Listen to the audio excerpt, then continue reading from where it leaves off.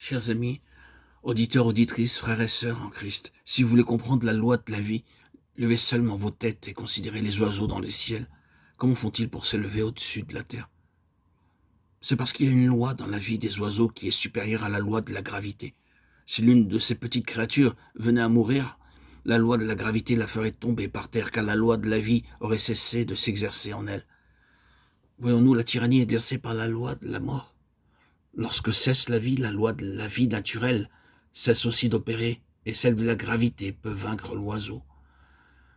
Quand il s'élevait dans les airs, la loi de la gravité n'était pas abolie, mais elle était sans effet tant que la loi de la vie opérait. Une personne en bonne santé n'est pas consciente de la loi de la gravité, mais il en est autrement de celle qui perd sa vitalité. Plus elle diminue et plus la loi de la gravité exerce sa contrainte. Lorsque la vie l'aura quittée, essayez de relever cette personne.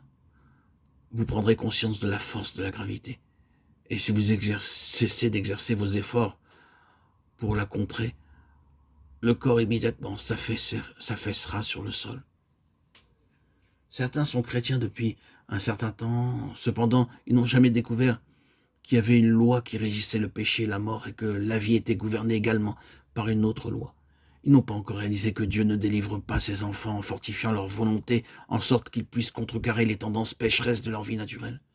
Il les délivre par l'opération spontanée d'une nouvelle loi qui, depuis l'intérieur, transcende les agissements de leur vie naturelle. Y a-t-il pas parmi les croyants que vous connaissez des personnes volubiles? Avez-vous remarqué comment elles font pour moins parler? En se concentrant, elles essaient d'être brèves à certaines occasions, mais lorsqu'elles ne sont plus sur leur garde, et avant même de l'avoir réalisé, un flot de paroles leur échappe. Peut-être connaissez-vous aussi des chrétiens au tempérament emporté. Pour qu'ils soient patients, une forte contrainte doit leur être imposée. Grâce soit rendue à Dieu. Il ne nous place pas sous une contrainte attendant de nous que nous essayons d'être ce que nous ne sommes pas. Il nous donne une vie qui diffère totalement de notre vie naturelle. Et comme dans la nature même de cette vie, il n'y a pas de volubilité ni de caractère emporté en nous confiant en elle. Elle se manifestera spontanément par un langage mesuré et un tempérament paisible. Regardez comment agit la loi de l'esprit de vie, comment cette loi œuvre dans vos vies. En premier lieu, elle vous fait connaître ce que Dieu attend de vous. Aucun véritable enfant de Dieu ne peut dire qu'il ignore sa volonté, car la loi de l'esprit de vie, dans le tréfonds de notre être, nous instruit continuellement. Aussitôt qu'une personne est née de Dieu, elle commence à savoir ce que Dieu veut d'elle. Si vous êtes un véritable croyant et que vous parlez plus qu'il ne faudrait, n'êtes-vous pas conscient que quelque chose essaie intérieurement de vous retenir? Oh, frères et sœurs en Christ, bien-aimés, auditeurs, auditrices, il n'est pas possible d'avoir la vie spirituelle et de ne pas posséder aussi la loi de l'esprit de vie. Si vous possédez la vie de Dieu et que vous avez besoin de connaître la volonté de Dieu, soyez donc assurés que cette connaissance vous sera accordée, non seulement pour les grandes choses, mais aussi pour les plus petites choses.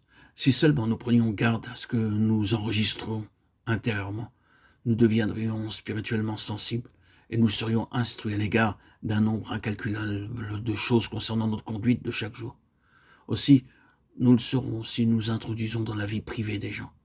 Nous saurons lorsque nos paroles seront bruyantes. Nous saurons si notre rire est déplacé. Nous saurons si nos remarques ont un arrière-plan impur. Oh, la loi de l'esprit de vie en Jésus-Christ nous enseignera les moindres détails de notre conduite. Une personne peut avoir reçu très peu d'éducation, mais si cette même personne reçoit la vie de Christ et se soumet à la loi de l'esprit de vie, sa conduite sera une manifestation toujours grandissante de Christ.